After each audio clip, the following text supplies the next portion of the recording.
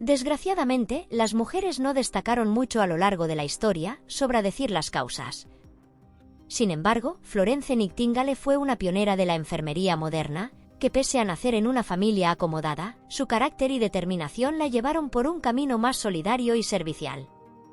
Nacida en mayo de 1820, tomó el camino de la enfermería, aun cuando se consideraba una profesión indigna para mujeres de su estatus, y decidió renunciar al matrimonio y al rol que su familia esperaba de ella, para ir a servir en la Guerra de Crimea, una guerra en la que Reino Unido y Francia se aliaron con el Imperio Otomano, para evitar que Rusia accediese a demasiado poder, pero que ya comentaremos en otro momento.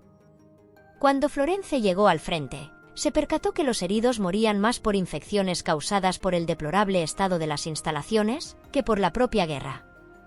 En estas, el hospital estaba abarrotado, sin suficientes recursos básicos como camas o alimentos, aguas contaminadas o la mera inexistencia de sistemas de alcantarillado. Esto la llevó a implementar cambios en la limpieza, ventilación y el cuidado sanitario, para prevenir enfermedades como el tifus, el cólera o la disentería.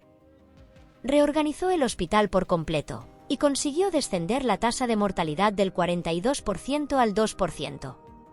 Fue tal su dedicación, que por las noches también caminaba con una vela para atender a los heridos, lo que también llevó a apodarla como la Dama de la Lámpara.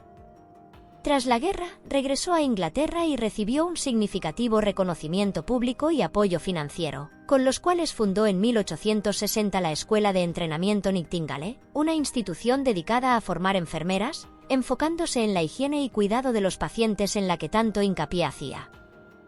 Más tarde tomó un enfoque más matemático, lo que le permitió desarrollar gráficas estadísticas para visualizar datos, como la tasa de mortalidad o la tasa de enfermedad en hospitales militares, forzando a mejorar las condiciones sanitarias de los lugares, y reduciendo la carga y el número de bajas y heridos. Debido a problemas de salud, sus últimos años los pasó en casa, escribiendo, investigando y trabajando desde allí, hasta su muerte en 1910. Siendo reconocida por miles de supervivientes y sus descendientes. Muchas gracias por ver el vídeo. No olvides suscribirte y dejar tu like.